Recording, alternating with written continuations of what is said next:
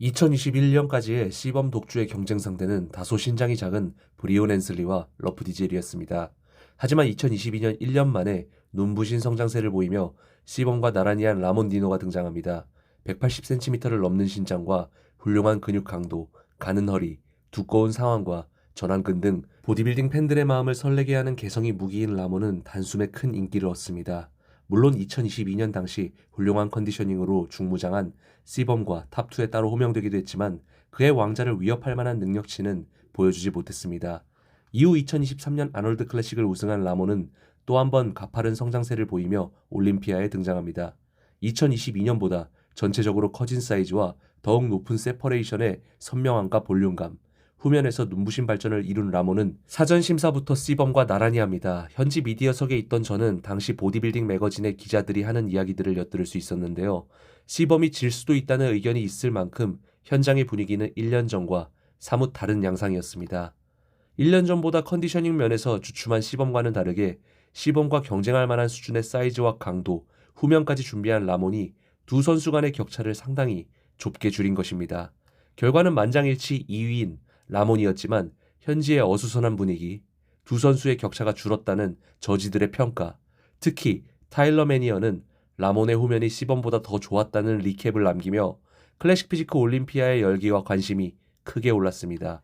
당연한 대권주자로 여겨졌던 라몬은 2024년 아놀드 클래식에서 세컨드 콜아웃 선수인 웨슬리 비셔스에게 타이틀을 빼앗기는 충격적인 모습을 보였으며 그해 올림피아 4위라는 성적으로 마무리합니다. 원인은 너무나 명확했습니다. 중요한 두 시합 모두 컨디셔닝에 실패했으며 심지어 올림피아 사전심사 무대에서는 정말 많은 땀을 흘려 탄 작업까지 무너지는 모습을 보였습니다. 서늘한 편인 사전심사 엑스포 무대였기에 정말 이례적인 컨디셔닝 사례로 남은 경기였습니다. 이후 시범의 은퇴가 있었으며 2025년 마이크 서머펠드, 테렌스 러핀, 라몬 디노, 3파전 구도는 전문가의 예상대로 사전심사 때부터 치열하게 이어집니다. 2024년 시범의 만장일치 우승에 흠집을 낸 서머펠드에게는 큰 변수가 생겼으니 2주 전 클래식 피지크 올림피아 전 인원의 계측을 다시 한다는 공지였으며 그로 인해 꽤나 많은 클래식 피지크 선수들이 계측날 곤욕을 치러야 했습니다. 라몬은 2024년과 동일한 신장으로 무난히 통과했으며 또 다른 우승 대권주자인 마이크 서머펠드는 2024년보다 더 작은 신장으로 계측날의 변수에도 무리한 감량으로 통과에 성공합니다. 사전심사간 상체에 수분감이 있었던 마이크이지만 전체적인 볼륨과 테이퍼가 가장 눈에 띄었으며 라몬은 군더더기 없는 컨디셔닝을 보였으며 이 경쟁은 파이널까지 치열하게 이어집니다. 현장의 분위기는 결과를 예측하기 힘들어 보였으며 파이널에서 조금 더 타이트한 컨디셔닝을 준비한 라몬의 우승이 발표되었을 때 많은 관중들이 놀라는 분위기였습니다.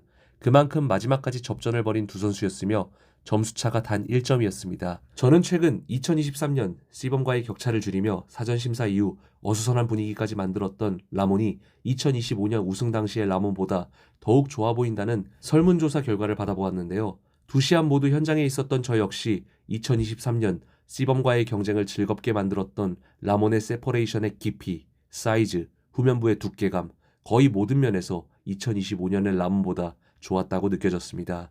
조명 등의 여러 원인을 이야기하는 분들이 계시지만 사전심사의 조명은 사실상 없습니다. 배경으로 있는 LED의 색상 차이에 따라 카메라를 통해 전달되는 느낌만 다를 뿐 어쩌면 선수들의 몸을 가장 냉정하게 볼 수 있는 시간인데요. 2025년 클래식 피지크 챔피언이 된 라몬의 모습은 2023년의 모습을 넘었다고 말할 수 없습니다. 마찬가지로 라몬과 대권을 두고 경쟁할 선수인 마이크 서머펠드 역시 자신의 베스트인 2024년의 모습보다 부족한 모습이었죠. 우상향을 보여 경쟁의 불씨를 지펴가던 탑급 선수들이 처음으로 그들 발전의 브레이크를 보인 해가 시범이 은퇴하고 난 후의 경쟁인 만큼 2025년 클래식 피지크 올림피아는 못내 아쉬웠습니다. 라몬은 2023년 고점 이후 수많은 기복과 챔피언이 된 순간까지 그 고점을 넘지 못했다는 의견을 받고 있는데요. 2026년 챔피언으로서 2023년의 모습을 확실히 뛰어넘는 패키지의 라몬을 보고 싶은 제 간절함을 담아 영상을 제작해 보았습니다.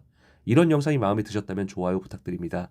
지금까지 라몬의 2023년부터 2025년까지의 흐름, 그리고 그의 고점이 2025년 클래식 피지크 올림피아가 맞는지 리뷰해본 TFE 채널이었습니다. 감사합니다.